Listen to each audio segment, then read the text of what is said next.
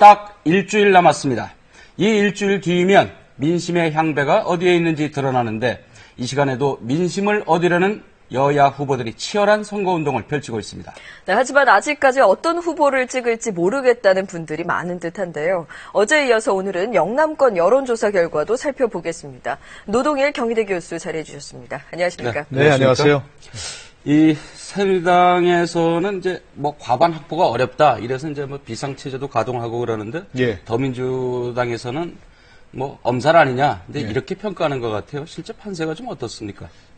대개는 선거 마케팅이 일환이죠. 되게 어렵다. 네. 이래야 자기 지지층을 많이 선거 투표장으로 이끌 수 있다. 이런 것 때문에 그런 거고요. 네. 전반적으로 봐서는 역시 뭐 여당이 유리한 상황 아니겠습니까? 야당이 분열돼 있기 때문에 특히 수도권에서는 이제 더불어민주당과 국민의당과 더불어민주당이 지금 치열한 접전을 벌이고 있는 곳이 많기 때문에 표가 갈리면 여당이 유리할 수밖에 없는 것이고요. 그러나 또 한 가지 변수는 이제 여당이 공천 과정에서 워낙 잡음이 많았기 때문에 그런 점에서는 여당도 안심할 수 없다. 이런 차원에서는 지금 뭐 위기감이다. 그런 것도 전혀 엄살만은 아니라고 좀 볼 수 있죠. 네, 부동층이 아직까지 많기 때문에 각 당은 이제 표심 잡기에 오늘도 열을 올렸는데요. 화면 보시죠. 네, 오늘 새누리당 김무성 대표는 전북과 충남 지역을 방문해서 중원권 표심 공략에 나섰습니다. 지역 감정을 배경으로 하는 정치 구도를 깨야만 대한민국의 발전이 있지 않겠습니까, 여러분? 더불어민주당 김종인 대표는 광주에 삼성 미래차 산업을 유치하겠다고 밝혔습니다. 광주 경제의 미래를 찾았습니다. 광주는 미래형 자동차 산업의 육성에서 활로를 찾아야 합니다. 국민의당 안철수 공동대표는 새누리당과 더불어민주당 대표에게 국민들에게 미래 비전을 검증받는 공개 TV 토론을 열자고 제안했습니다. 국민의 알 권리를 지키고 더 나은 선택을 위해서 정당 대표 공개 토론을 제안합니다. 정의당 선대위는 세월호 2주기를 맞아 안산의 세월호 합동 분향소를 찾아 세월호 진상규명에 힘쓰겠다고 밝혔습니다.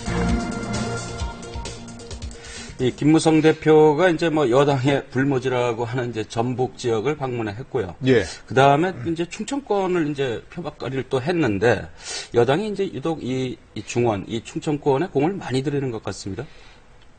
충청권 먼저 말씀드리면, 네. 충청권은 뭐, 역대 선거에서 늘 캐스팅 보트가 있는 그런 지역이고, 이번엔 특히 의석이 늘어났죠. 네. 인구가 늘어나면서.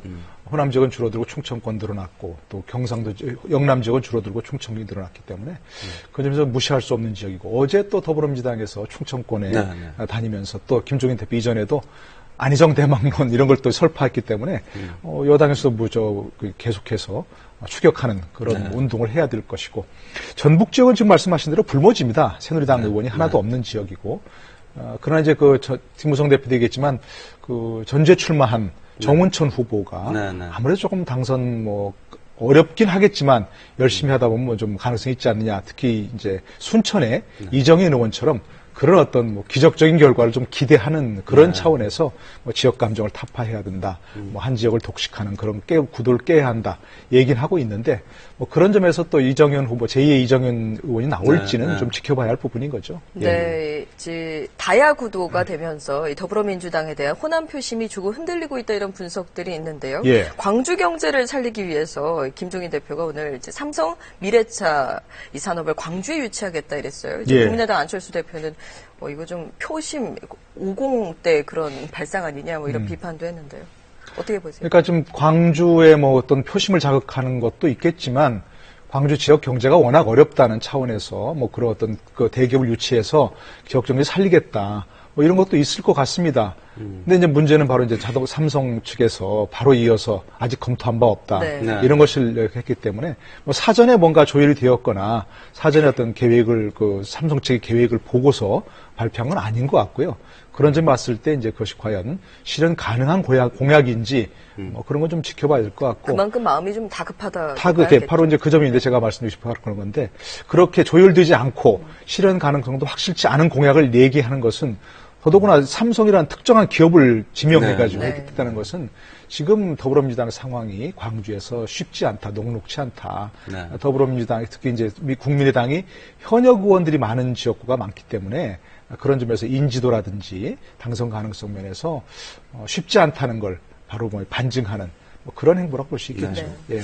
이 문재인 전 대표는 이제 뭐 호남의 인정을 받지 않는 야권의 대선 주자 이거는 뭐 생각하기 어렵다 이제 이런 얘기를 했는데 아직도 이 문재인 전 대표의 이제 호남 지원 유세 부분을 두고 당내에서는 아직도 의견이 뭐 분분한 것 같습니다. 네. 김종인 대표와 문재인 전 대표 사이에서 그 문제를 놓고 굉장히 시각 차이가 있죠. 김종인 대표는 문재인 대표가 움직일수록 호남에서 표 떨어진다.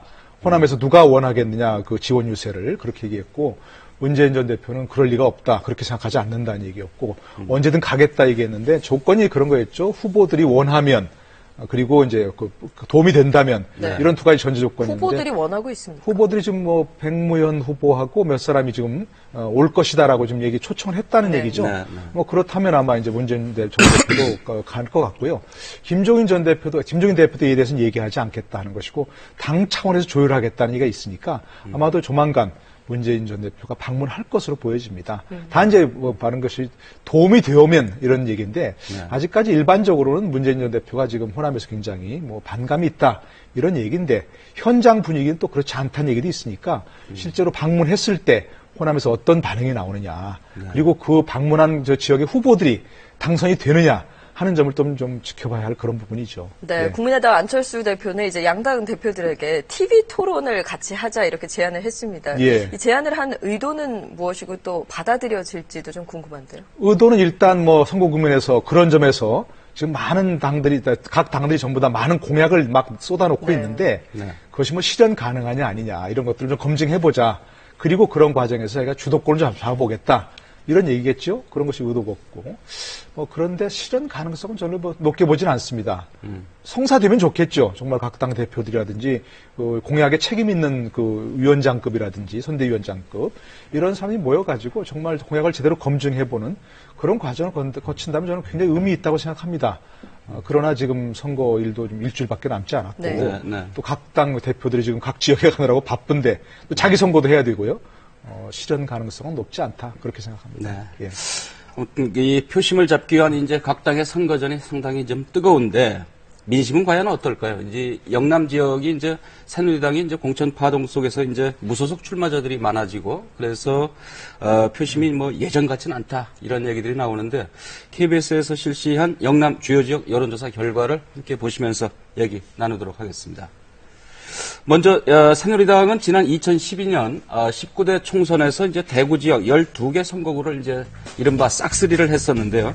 이번 20대 총선에서는 이제 절반인 6곳만 우세로 분류를 하고 있고요. 경합 2곳에 열세가 3곳 그리고 한 곳은 아예 공천을 하지를 않았습니다. 네, 그러면 구체적으로 좀 짚어보겠습니다. 먼저 대구 수성을로 갑니다. 새누리당을 탈당한 삼선의 무소속 주호영 후보와 새누리당 이인선 후보가 맞붙었는데요. 이인선 후보가 22.2%, 주호영 후보가 48.7%로 나왔습니다. 오차 범위를 좀 넘기는 그런 차이가 나타났는데요. 어떻게 봐야 될까요? 네, 오차 범위가 이제 뭐 4.4% 플러스 마이너스니까 네. 이제 8.8% 이상 나면 오차 범위를 벗어난다고 볼 수 있는 거죠. 저 결과는 굉장히 지금 많이 벗어났고요. 일단 주호영 후보가 무소속이긴 하지만 네. 그 현지 유권자들은 새누리당과 연관시켜 보겠지요. 탈당했지만 새누리당 후보가 있지만 조영 후보가 어제까지도 새누리당 소속이었는데 다선 의원이요. 그렇죠. 저보다 3선을 그 지역에서 했고 네. 그렇기 때문에 인지도 또 뭐 모든 당선 가능성 이런 면에서 높다고 보이고 또 좀 현적 지지율도 높다고 보이기 때문에 뭐 그런 결과가 나올 수밖에 없는 상황이지 않은가 싶습니다. 네.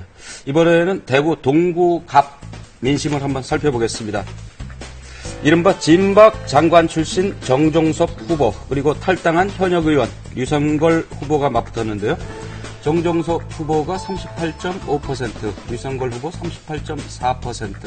뭐 거의 똑같다고 봐야죠. 그러니까 이거 우리가 늘 얘기하는 초접전이네요. 네, 그렇죠? 네, 네, 정말 눈 터지는 개가 바둑이라고 이렇게 얘기를 하는데 이건 정말 예측하기 어렵죠. 네. 아마도 이제 뭐 정종섭 후보가 새누리당 간판을 달고 나왔고 또 이제 뭐 진박이라고 대통령이 민다 이런 것이기 때문에 압도적인 지지율 차이를 보여야 되는데 저렇게밖에 안 되는 것은 안 돼요. 공천이 너무 늦게 되었고 네, 근데 당선 가능성은 이제 그쪽이 당선 가능성은 좀 높다는 높게 것이 나오고. 아무래도 이제 대개 현재로서는 그렇지만 투표소에 들어가면 네. 1번으로 표가 가지 않겠냐. 그런 쪽에 지금 그런 표심을 반영하는 걸 볼 수 있겠죠. 네, 이번에는 부산 경남 지역도 살펴보겠습니다. 이른바 낙동강 벨트로 불리는 부산 북강서 갑인데요. 현역 의원인 새누리당 박민식 후보 43.3%, 또 세 번째 도전하는 더민주 전재수 후보 41.6%로 오차 범위 내에서 접전인 양상인데요.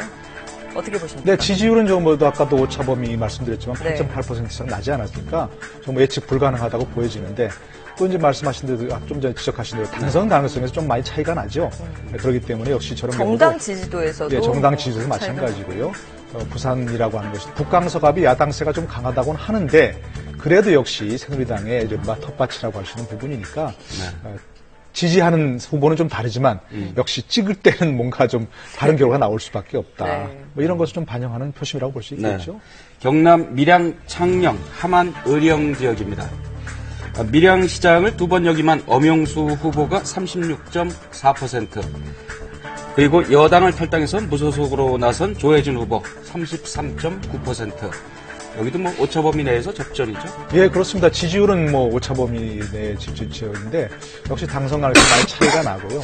먼저 조혜진 의원은 처음 이제 그 탈당 새누리당에서 공천 컷오프된 이후에 처음으로 이제 무소속 출마를 선언한 경우인데 그래도 역시 조금은 좀 당 지지세에 역부족이지 않는가 싶은 그런 생각이 듭니다. 네, 한 곳 더 살펴보겠습니다. 경남 창원 성산입니다. 새누리당 강기윤 후보를 더민주와 단일화를 이룬 정의당 노회찬 후보가 40.8%로 오차 범위를 아주 조금 넘겨서 앞서고 있는데요. 하지만 당선 가능성은 강 후보가 42.3%, 노 후보가 36.8%로 오차 범위 내에 있네요. 예. 저희는 뭐 정의당과 더불어민주당이 단일화를 이룬 곳이죠. 네. 처음에는 야권 단일 후보 썼다 그렇게 이름 명칭을 쓰지 못하고 국민의당 후보가 있기 때문에 일단 기본적으로 야권 표가 갈리긴 하는데 노회찬 후보가 워낙 인지도가 높고 네. 또 저곳이 과거 이제 민주노동당의 그 권영길 전 의원이 당선된 전력이 있는 지역이기 때문에 진보 정당세가 좀 강한 곳이어서 이제 오차 범위 조금 넘는 상황이지만 그래도 기본적으로 노회찬 후보가 선전하고 있는 지역이라고 볼 수 있겠습니다. 네, 이번 당선 여론조사 가능성이 조금 또 강기훈 후보가 조금 높으니까 네. 그런 점에서 결과는 예측하기 어렵겠죠.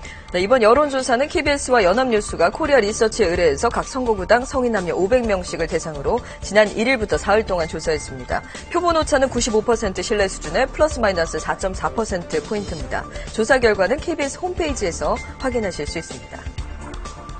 네, 이제 뭐 각 후보들은 피말리는 일주일 딱 그렇게 표현을 할 수 있을 텐데 예. 지켜보는 재미도 좀 있어야 될 텐데요. 내일부터는 지금 이제 뭐 여론조사 공표가 금지되는 시간이죠. 네. 그렇기 때문에 이번 여론조사가 굉장히 중요한 그런 부분인데 사실 저도 이번처럼 투표장 가기 싫다 생각한 때가 없었어요. 공천 과정에서 워낙 정말 사람들에게 염증을 일으킨 그런 부분이 많았는데 그래도 어쩔 수 가야 가야죠. 되는 거죠. 네. 차선이 안 되면 차기를 선택해야 되는 게 투표자의 의무이기 때문에 이럴 꼭 가서 때일수록 선택을 정치 해야죠. 무관심으로 돌아서시면 안 됩니다. 그러면 안 되는 그렇죠? 거죠. 예, 한 표를 그렇습니다. 행사하셔야 되죠. 맞습니다. 오늘 말씀 고맙습니다. 예, 고맙습니다. 예, 고맙습니다.